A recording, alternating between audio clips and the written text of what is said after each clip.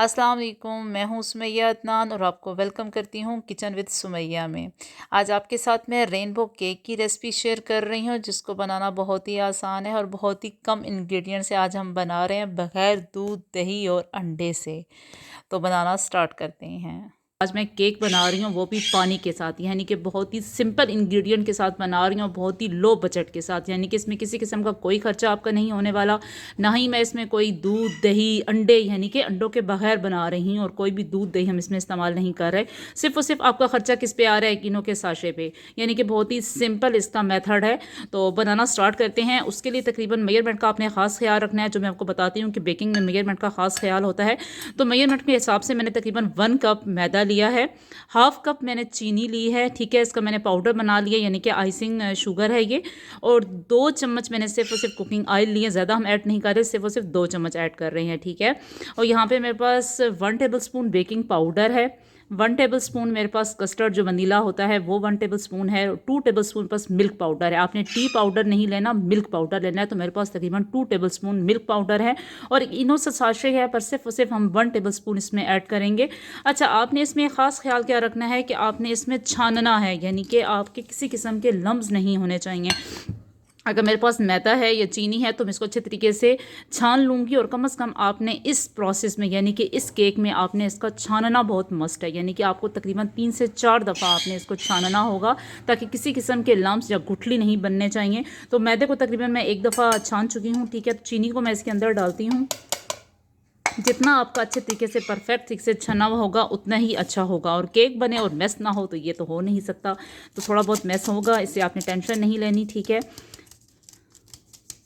अच्छे तरीके से मैं इसको छान लूँगी ताकि किसी किस्म के कोई लम्स नहीं होने चाहिए, यानी कि कोई भी गुठली नहीं होनी चाहिए। परफेक्ट केक आपका तभी बनेगा जब ये बिल्कुल परफेक्ट होना चाहिए, ठीक है। तो अच्छे तरीके से इसको मैं छान लूँगी इसमें। अब मैं ये इसके अंदर शामिल कर रही हूँ, ठीक है। अब इसी दौरान ही हम क्या करेंगे कि जितने ये हमारे पास चीज़ें थी, यानी कि मिल्क पाउडर, बेकिंग पाउडर, वो सारे का सारा हम इसके अंदर शामिल कर दूँगी, ठीक है, एहतियात के साथ।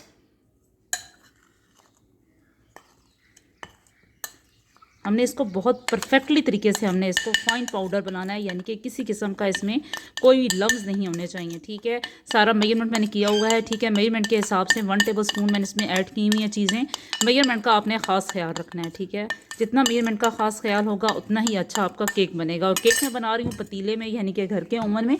तो आपने क्या करना है कि जैसे ये प्रोसेस शुरू करना है तो उसके लिए आपने बेक होने के लिए रख देना है, ठीक है, पतीले को, ताकि अच्छे तरीके से पतीला प्री हीट हो जाए तो केक बनाना आपका बहुत ही आसान हो जाएगा। तो अच्छे तरीके से मैं ये बस छान लेती हूँ, उसको फाइन पाउडर बना लेती हूँ। आप देख रहे हैं कि थोड़ा सा इसमें ये रह गया है, तो हम इसको से निकाल लेंगे, यानी किसी किस्म के हमने कोई गुठली इसके अंदर ऐड नहीं करना। तो तकरीबन 2 दफ़ा इसको मैं कर चुकी हूँ, अब 3 दफ़ा दोबारा इस बाउल में करूँगी ताकि अच्छे तरीके से ये फाइन पाउडर इसका बन जाए।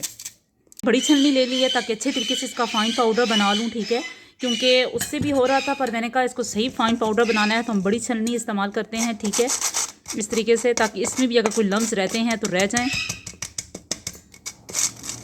क्योंकि हमने बिल्कुल फाइन पाउडर बनाना है। जितना फाइन पाउडर बनेगा उतना ही आपका केक फ्लफ़ी बनेगा। केक फ्लफ़ी होने की निशानी यही होगी कि अगर फाइन पाउडर होगा तो उससे केक आपका फ्लफ़ी बनेगा। इसलिए मैंने 2 बाउल साथ रखे हैं ताकि दोनों बाउलों में हमने अच्छे तरीके से तकरीबन 3 से 4 दफ़ा, ठीक है, 3 से 4 दफ़ा आप जब इसको छानेंगे तो आपका परफेक्ट केक बनेगा, ओके।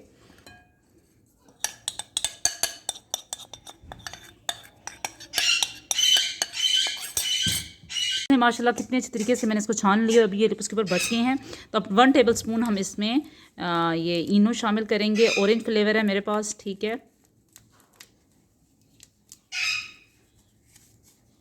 बस ये इसके अंदर शामिल करेंगे और वो भी इसके अंदर हल हो चुका है। तो आप माशाल्लाह देख सकते हैं कि कितना फ़ाइन पाउडर है हमारा, यानी कि किसी किस्म के अंदर आपको कोई लम्स नज़र नहीं आ रहे, तो लम्स होने भी नहीं चाहिए, ठीक है। जितना अच्छे तरीके से ये हुआ वो होगा उतना अच्छा हमारा परफेक्ट केक बनेगा। अब ये अच्छे तरीके से फाइन पाउडर बन चुका है। 2 टेबल स्पून मैंने आपको बताया था कि हम कुकिंग ऑयल इसके अंदर इस्तेमाल करूँगी। मेजरमेंट का मैंने ख़ास ख्याल रखा है, ठीक है। 2 टेबल स्पून हम इसके अंदर इस्तेमाल कर चुके हैं। अब यहाँ पे मैं क्या करूँगी कि जो पानी है तकरीबन 1 कप पानी इसके अंदर ऐड होगा, पर हमने स्लोली पानी इसमें डालना है, ज़्यादा पानी हमने नहीं इसके अंदर डालना, ठीक है। तो अच्छे तरीके से हम इसको मिक्स कर लेंगे। अगर हमें लगेगा कि पानी कम है तो हम पानी इसके अंदर और ऐड कर दूँगी मैं, पर यहाँ जितना आपका फाइन पाउडर होगा केक आपका उतना ही परफेक्ट बनेगा। माशाल्लाह आप देख रहे हैं। यहाँ आप देख रहे होंगे कि केक जितना फ्लफ़ी होना है, जितना फूलना है वो फूल जाएगा, पर आपने यहाँ पे बीट इसको अच्छा करना है, ठीक है। आपने बीटिंग इसकी कम नहीं करनी। हाथ से हम इसको चमचे की मदद से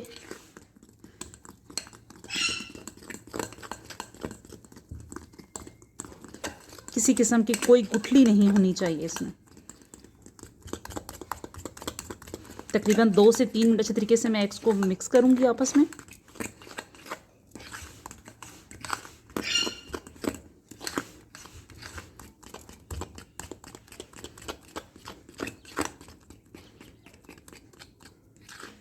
वनीला एसेंस है वो इसके अंदर ड्रॉप्स शामिल करूँगी।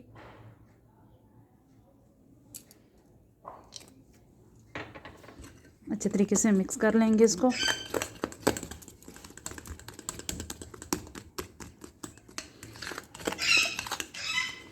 अच्छा, हम बना रहे हैं कलरफुल केक, तो उसके लिए मुझे ज़रूरत है yellow colour. Yellow colour already इसका अपना है क्योंकि वनीला कस्टर्ड हमने डाला हुआ है, तो हम ग्रीन कलर और रेड कलर इसमें अंदर इस्तेमाल करेंगे। तो अब इसको मैं तकरीबन 3 बाउल में शिफ्ट करती हूँ, क्योंकि अच्छे तरीके से ये हमारा 2 से 3 मिनट हो चुके हैं इसको बीट को। तो अब इसको 2 से 3 बाउल में शिफ्ट करते हैं और अच्छे तरीके से इसमें कलर मिक्स करते हैं। क्या करूँगी कि चुटकी बिल्कुल मैं फूड कलर जो रेड है वो इसके अंदर इस्तेमाल करूँगी, ठीक है। इस बाउल के अंदर डाल देंगे हम लोग, और ग्रीन कलर भी इस तरीके से मैं इसके अंदर डाल दूँगी, ठीक है। और हम इसमें थोड़ा सा ये शामिल करेंगे बटर,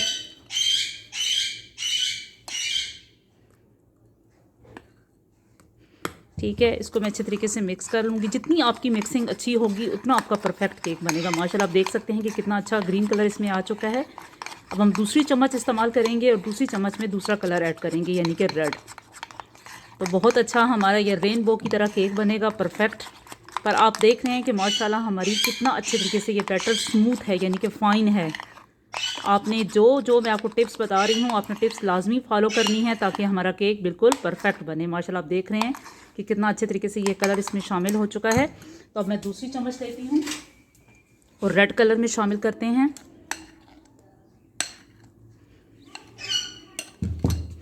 और इस तरीके से रेड कलर को भी अच्छे तरीके से मिक्स कर लेंगे। माशाल्लाह आप देख सकते हैं कि कितने अच्छे तरीके से हमारा ये फ़ाइन है। तो कलर भी इसमें अच्छे तरीके से मिक्स हो रहा है।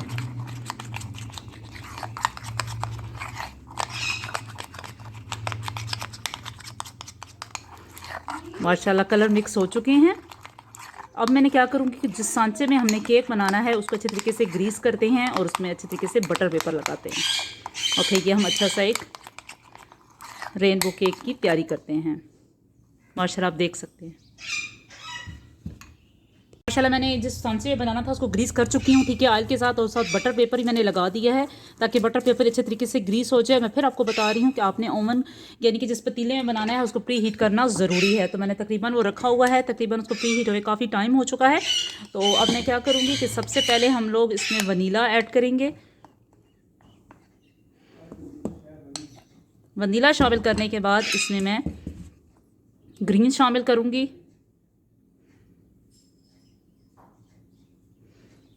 इस तरीके से, और साथ ही मैं अब रेड कलर इसमें ऐड करूँगी।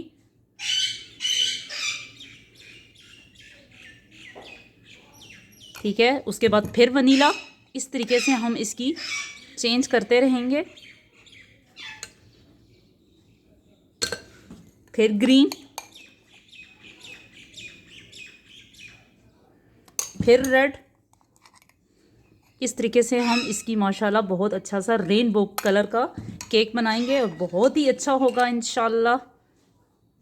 प्लीज़ इस रेसिपी को फॉलो कीजिएगा और बनाइएगा और मुझे कमेंट करके बताइएगा कि आपकी ये रेसिपी कैसी बनी। ग्रीन, और उसके बाद फिर हम इसमें रेड ऐड करेंगे। अब इसके बाद फिर वनीला, फिर ग्रीन। माशाल्लाह आप देख रहे हैं कि कितने अच्छा इसमें कलर आ रहा है, ग्रीन, रेड और वनीला का। फिर हम वनीला ऐड करेंगे।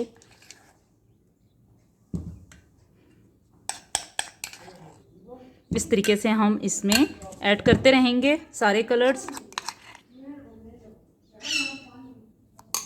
अब मैं रेड ऐड करूँगी इसमें।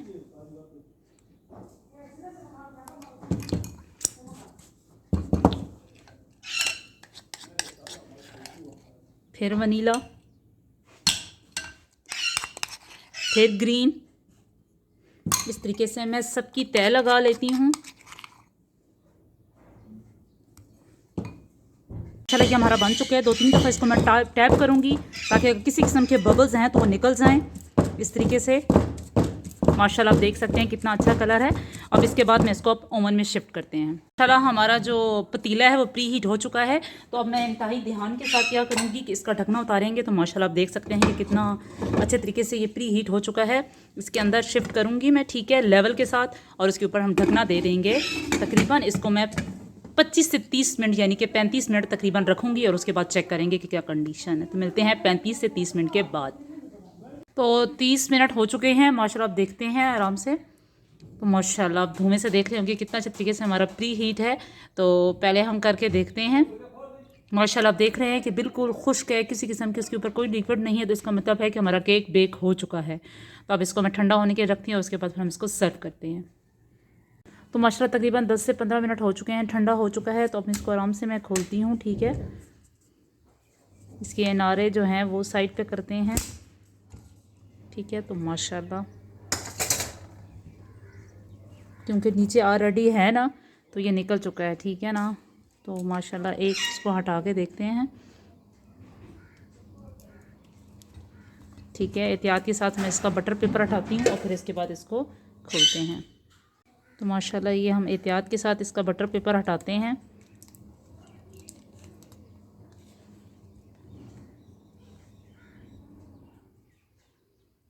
माशाल्लाह आप देख सकते हैं कि केक कितना अच्छे तरीके से हमारा फ्लफ़ी है और अंदर से कितना जालीदार है, यानी कि बहुत अच्छे तरीके से ये बीट हुआ है। तो माशाल्लाह काट के देखते हैं।